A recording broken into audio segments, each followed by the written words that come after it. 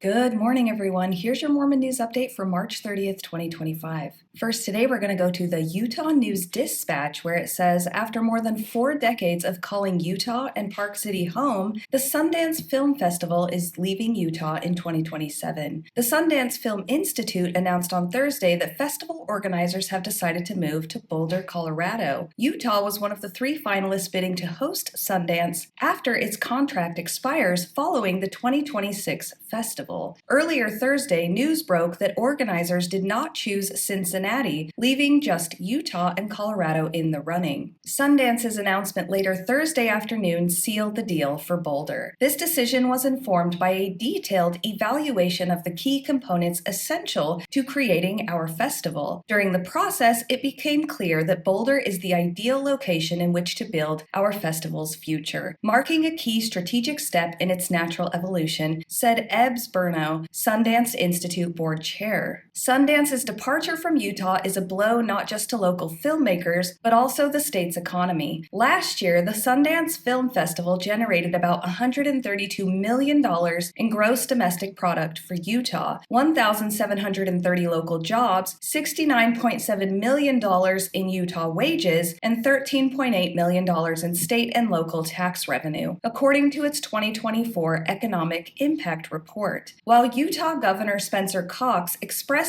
disappointment in Sundance leaving the state, calling it a mistake, he and other Republican state leaders shared hopeful messages of plans to fill the hole Sundance will leave behind. As you will see in a second, though, not all Republican leaders shared that view. As I've said from the beginning, we wanted Sundance to stay. We made that clear to their leadership and put together a highly competitive package, Cox said in a statement. Ultimately, this decision is theirs to make, but I believe it's a mistake and that one day they'll realize they left behind not just a place, but their heritage. Cox added, in the meantime, we'll keep doing what we've always done, supporting filmmakers and building a world-class film economy right here in Utah. We have already begun meeting with partners, stakeholders, and creative voices to create a new festival, one that honors our legacy and writes the next chapter of independent film in Utah. Do tell me, Governor Cox, what that would look like. A film festival that honors Utah's legacy.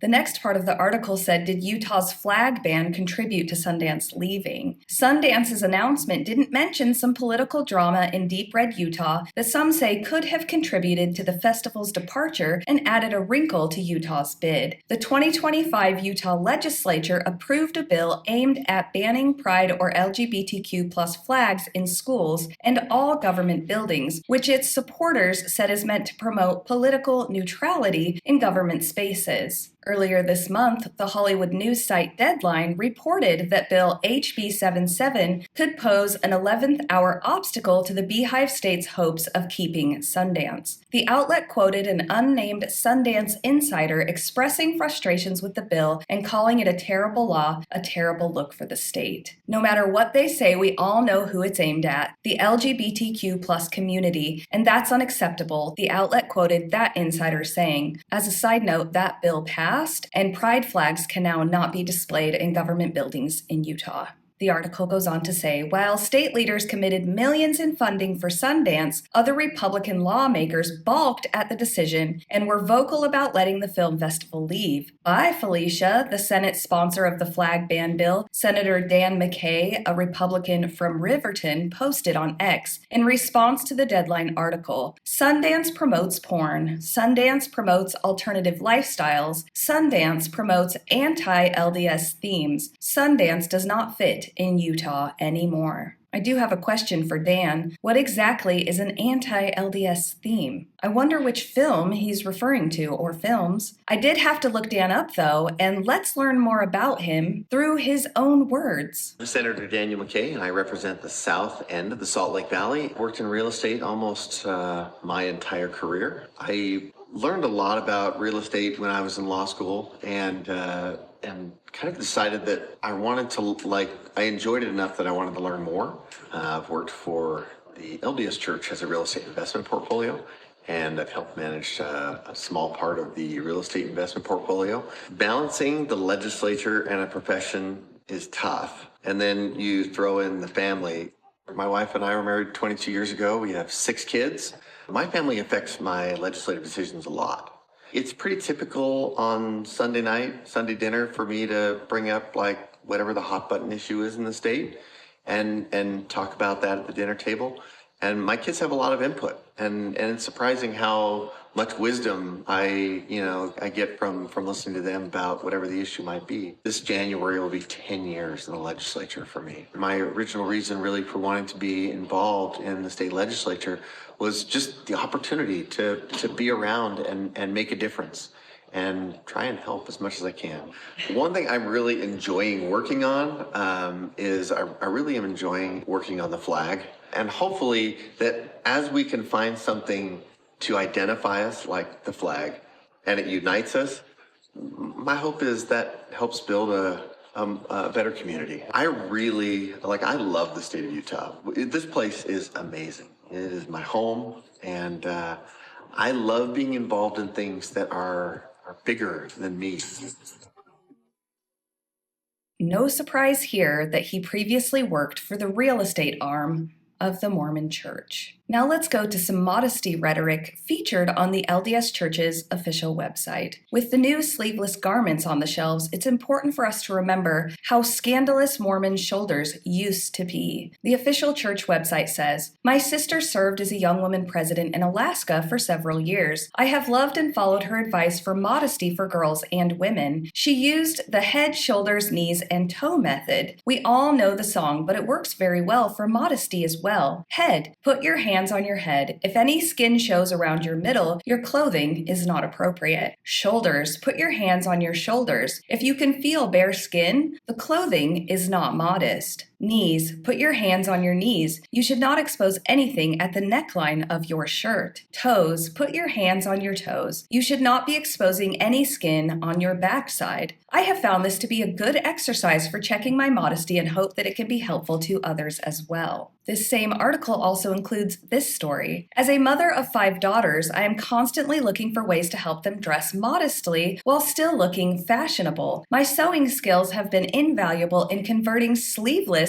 prom dresses into modest ones. I've also found that if we can't find long enough shorts, we'll convert pants into shorts or capris. I've made sure that I'm passing down these values and skills to my daughters through the Personal Progress program so that they can, in turn, adjust their clothing to meet the standards of the church. Other things we've done include deciding that if a skirt does not meet the suggested length, we just won't buy it. I also know that prayer works. Before shopping, I often say a prayer that we will find the item we're looking for at a price that will fit our budget. And it works. The Lord is mindful of even our smallest desires to be obedient to His commandments." It then finishes with this, the principle of modesty. "Some Latter-day Saints may feel that modesty is a tradition of the church, or that it has evolved from conservative puritanical behavior."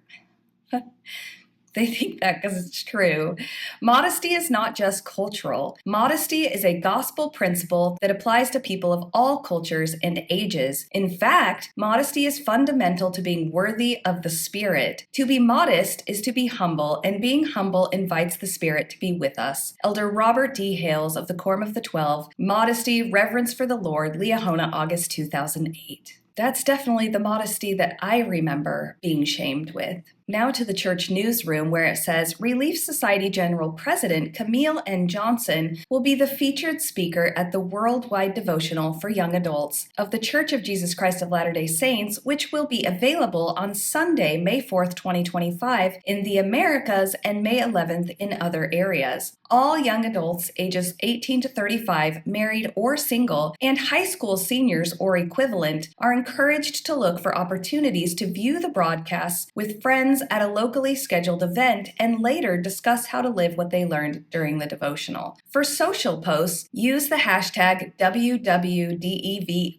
or hashtag Jesus Christ or hashtag Camille N. Johnson. I will try to watch it live and count how many times she refers to President Nelson. She loves to talk about him and quote him. Now we're going to go to an opinion piece in the Salt Lake Tribune by Alyssa Grenfell. The LDS Church must address its demon problem or more children will suffer. The horror-ridden stories of Ruby Franke and Lori Vallow Daybell share a common theme: demonic possession. The term exorcism conjures images of holy water, a brandished cross, and stoic priests wearing liturgical vestments. Despite conventional ties to Catholicism, casting out evil spirits is also a Mormon doctrine. As a child, I learned that in pre-earth life, Satan was cast out of Heavenly Father's presence, along with many other spirit children. These spirits desperately wanted bodies and would occasionally possess the bodies of Heavenly Father's children on earth. My mom read from Matthew to teach me about Jesus casting the demons from a man and into a herd of pigs. My dad taught me that church founder Joseph Smith outlined very specific guidelines for how to tell a devil from an angel. The trick? Ask to shake their hand. The casting out of Satan is depicted in temple ceremonies of the Church of Jesus Christ of Latter-day Saints. My husband recalls members of the church asking him to do the same while he was on his mission. As a woman, I was never personally allowed this authority. Alyssa then details how Ruby Franke, Jody Hildebrandt, and Lori Vallow all used the LDS doctrine of demons to abuse and hurt children. And then she says, it's time for Latter-day Saint leaders to confront and reform the faith's teachings on demonic possession. This doctrine has convinced many members there are demons in their homes, in their walls, and in their children. These cases of abuse and murder can be directly attributed to this doctrine, and the perpetrators of these crimes have stated this time and time again. Until the church addresses this doctrine, or better yet, dismisses it entirely, more children may suffer. I urge the church to provide clear guidance and education to help members distinguish between metaphorical teachings and literal interpretations. Faith should support mental health and safety, not endanger it. When I was a kid, I heard stories of demons being cast out, of people raising their arm to the square and telling demons to leave, of missionaries freeing people's homes of them. These stories terrified me, and I was always trying to remember what Joseph Smith said about how shaking hands would help me know if a spirit was good or bad. For a refresher, let's read it from Doctrine and Covenants 129, verses 4 through 9. For when a messenger comes saying he has a message from God, offer him your hand and request him to shake hands with you. 5, if he be an angel, he will do so, and you will feel his hand. 6, if he be the spirit of a just man made perfect, he will come in his glory, for that is the only way he can appear. 7, ask him to shake hands with you, but he will not move, because it is contrary to the order of heaven for a just man to deceive, but he will still deliver his message. 8, if it be the devil as an angel of light, when you ask him to shake hands, he will offer you his hand, and you will not feel anything. You may therefore detect him. 9, these are 3 grand keys whereby you may know whether any administration is from God. Now we're going to go to Arizona for an article that says many people are sharing their thoughts on social media about the Vail School Board unanimously approving the Church of Jesus Christ of Latter-day Saints to construct a seminary building on Cienega High School's campus. If you're not familiar, Cienega High School is in Vail, Arizona, roughly 25 miles southeast of Tucson, Arizona. Many people are asking, why is it needed and who's paying for it? Darcy Mentone, Vail School District's Director of Communications and Public Affairs, says the LDS Church is donating the building and will lease it for a decade. She says no property tax money is going into the building of this facility or the operation of it for the first 10 years. After 10 years, I